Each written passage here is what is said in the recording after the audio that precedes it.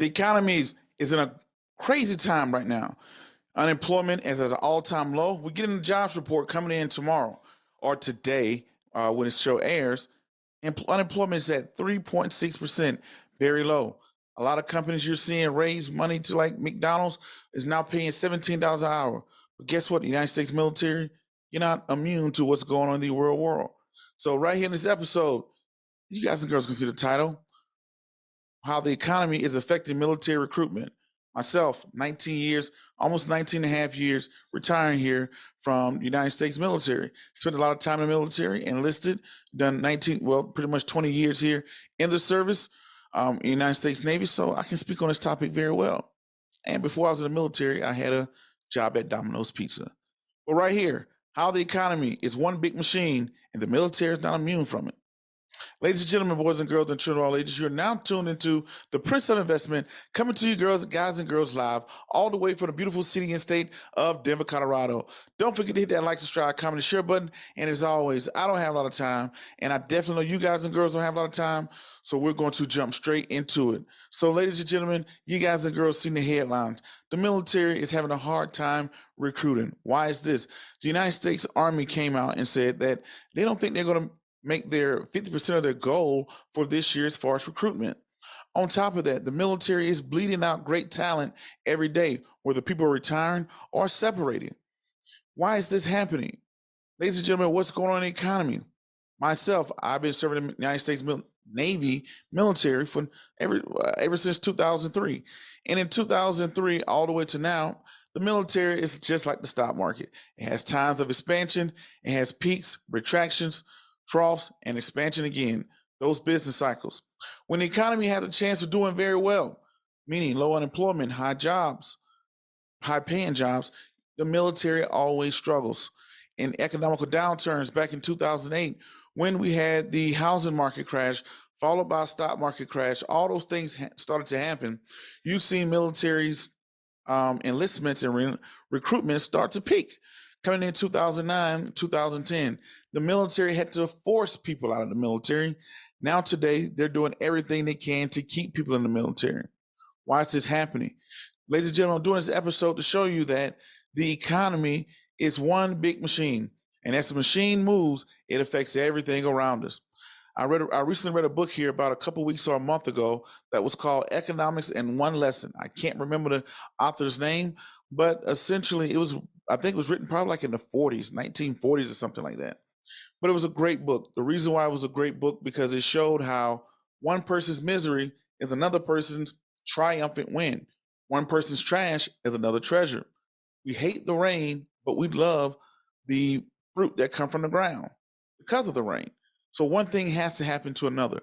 One thing is moving, how everything moves is one big machine. So when you're looking at times of high unemployment, you're seeing military recruitment numbers go up. The military can be picky. The military can be choosy, right? But in times of economical upswings, like right now, you're seeing unemployment is very low. Employers are starting to compete. That's why McDonald's is paying $18 an hour. I remember my first job at Domino's Pizza, it was $5.25. And I remember when I got that raise to $6 and I got that blue shirt, oh man, you couldn't tell me a thing. But now look at McDonald's walking in the door, $18 an hour. So what happened? When unemployment is low, employers compete. They have to come in with things like, hey, we'll pay for your college. Hey, you can do hybrid work. No, you can do remote work. No, we're going to give you 401ks. No, we're going to match your 401k. Hey, we'll pay for some of your school. All these type of incentives when unemployment is low, employers start to compete. Now, what you're seeing in the military, a lot of sailors, Marines, airmen, coasties are saying, hey, you know what? They're being pulled from every day to go off and get another job. The military has to find a creative way and a better way of incentivizing standing to the military, which they start to do. What they start doing enlistment bonuses, re-enlistment bonuses, all the way to $100,000 just to stay in, just to come in, sign another contract. Here comes the bonuses, right? That's one thing they start to do. Once the economy starts to slow down, they will take away the bonuses. But also look at the military base pay. Military base pay usually moves at 1 or 2% a year that it goes up. The military base pay has to be competitive. So one of the things that the military had over a lot of people and a lot of companies is that it had the benefits. But now you're seeing companies are starting to boast up the competitive labor market. They're starting to boast up their benefit packages. But here in one of the things that people have over the military that they not don't have over the military, but there's one of the main reasons why the military struggle is only 23% of the population really qualifies to come into the military. When I was very young, I always thought the same cliche term was, "Hey, join the military or go to jail." That I thought that it was, right there with each other. But no, it's not like that anymore, and it hasn't been like that for a while. Now you have to have certain health requirements. If you had asthma when you was a little kid, if you got flat feet, that may disqualify. If you had asthma, that may disqualify you. If you was diagnosed with, mental illness, that may disqualify you. If you took an inhaler, that may disqualify you. Right now, marijuana is pretty much legal, but not legal at the same time. A lot of people indulge in marijuana, smoking, and things like that. That itself will disqualify you. So you're looking at just the health ramifications is one. Number two, obesity. There's a lot of people out there who are a little oversized to start joining the military. Now, once you are in the military, you pass through boot camp, you're allowed to put on a little weight, but not to go crazy. But in those younger days, you're seeing a lot of kids coming in, childhood obesity. And kids are not as active as they once were every generation. Our grandparents, you saw them saying they told our parents they were lazy. Now our parents were telling us we were lazy. Now we're telling our kids they're lazy. So every generation it becomes less and less physical. So doing push-ups, sit-ups, running a mile or 2 miles or 3 miles, that is starting to break down a lot of people. People are coming up with shin splits, knee problems. So people are not in the health condition to even come in. Another one is having a clean record, having a clean drug record. Have you ever done drugs, not doing drugs, things like that, getting a waiver for marijuana? Now, who hasn't smoked marijuana by this time now in the newer generations? So you're looking at only a small percentage of only a quarter, a little bit under a quarter of the population actually qualifies to go to the military, or they might even have financial. I forgot that's another one. A big one is financial. Some people already have kids. Finances may not be in order where they can't join the military. So 75% of the people you see walking around don't qualify to join the military once it's really set down and done.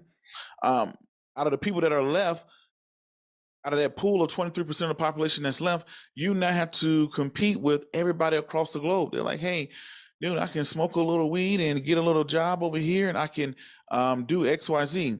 It's a new economy, ladies and gentlemen. When I was growing up, you didn't hear people saying they could be an Instagrammer, they want to be a TikToker. Hey, I'm a YouTuber, I'm a podcaster, I'm a Uber driver, I'm a DoorDash driver. All these new economical resources that people can sit back and, hey, during the day, I take a part-time job and I do Uber, and I also am a TikToker, whatever the case may be. The whole new economies that were created right up on our nose and right up on our eyes. This what makes it very difficult for companies to start to compete. The younger generation, they're like, hey, I don't want to go off and do 20 years and make a base pay and BAH. That doesn't sound like a great deal to me. You have to compete with the new economy. So you can see how the economy, some people join because of patriotism. But even though with that patriotism, they want to be taken care of because they may come in, do 4 years, and they're gone. How can we retain our best talents when their counterparts are offering to double and quadruple their pay with little to no stress? People come into the military, they get these skills, and once they get these skills, employers start to reach out to them, tap them on the shoulder. Hey, you got that nice security clearance. You got that nice degree now. You got these nice certification. And most importantly, you have experience. We would love to hire you. Oh, what are you making in the military? $80,000? We'll start you off at 110. What is that person going to say? Hey, man, I can get out of here making 110, stay where I want to stay, live where I want to live, have the freedom to do whatever I want to do, versus being in the military, picking orders. I didn't say choosing, but picking out of what's given to you and things like that, right? So now it's a more competitive job market, a more competitive economy for the military to compete with. Now, this is what's going to happen. This is all to my comrades I see all the time who are separating from the military. They're walking off, getting those great Amazon jobs, they're getting the great Microsoft jobs, contracting jobs, all type of jobs, government jobs, starting their own companies, things like that. As we go forward, you can see the Federal Reserve. Look at the unemployment numbers. They're expecting unemployment numbers to go up. Look at today's job report when it comes out. What is it going to say? They're expecting unemployment to go up. And when unemployment starts to go up, guess what companies start to do? They love to do a hiring freeze. And what do they do after the hiring freeze? If you was the last one in, you was the first one out. So, hey, you went off and you go get that hot new job and everything is going great. Economical things start to turn down. The companies start to tighten up their hiring policies. Then here comes the layoffs. Who are they going to lay off? The first person who's just been here for 6 months, right?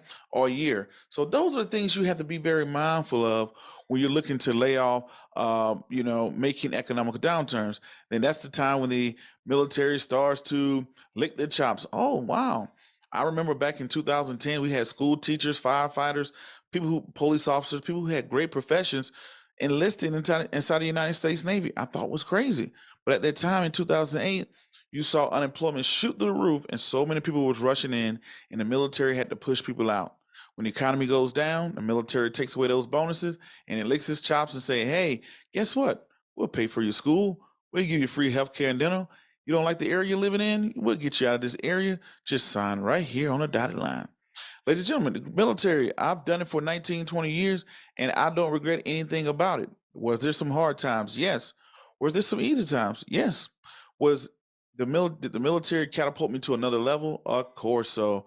Took me out of my small town of Waynesboro, Georgia, which I love, but it taught me a whole new world. I learned the world about investing.